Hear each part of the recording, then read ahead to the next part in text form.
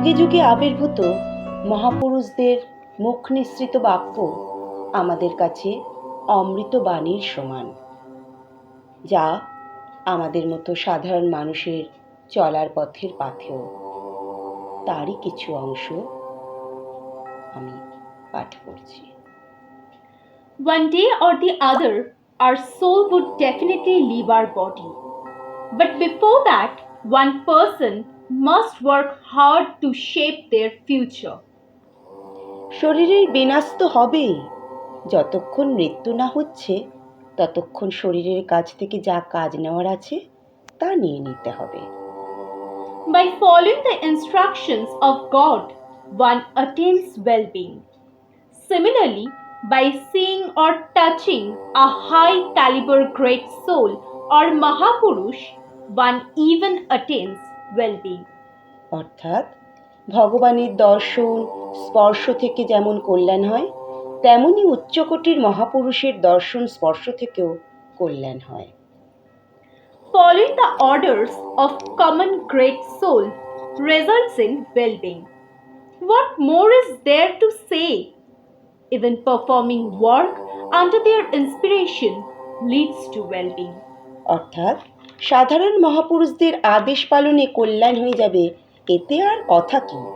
প্রেরণা অনুসারে কাজ করলেও কল্যাণ হয়ে যাবে।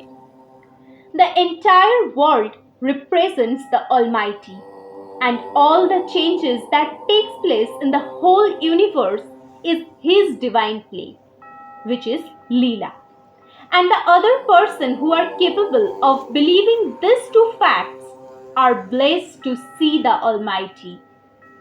সমগ্র জগৎ হলো ভগবানের স্বরূপ এবং যা কিছু ঘটছে সবই ভগবানের লীলা।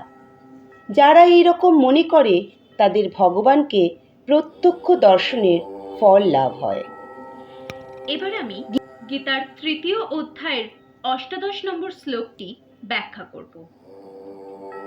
নৈব তস্য ক্রেতেনার্থ নাকৃতেনেহ কঞ্চন ন চাস্য সর্বভূতেষু কশ্চিদর্থব্যোপাশ্রয়ঃ। This slok is an extract from Bhagavad Gita's 3rd chapter, verse number 18. Here, Lord Krishna said to Partha that all the works are not capable of binding him. He is completely neutral and unattached to the works which are performed by wise men or Mahapurushas. Similarly, Lord Krishna is not attached to those who perform their works only for their self-interest. এই পৃথিবীতে মহাপুরুষদের কর্ম করার কোনো প্রয়োজন হয় না এবং তাদের কর্ম না করারও কোনো প্রয়োজন নেই। সকল প্রাণীর মধ্যে এদের কারো সঙ্গে স্বার্থের কোনো সম্পর্ক নেই। At last, Almighty said that time is relentless and the time of departure for every human being will appear very soon. So one must be quick about their goals and their achievements. Otherwise, at the end, they will regret.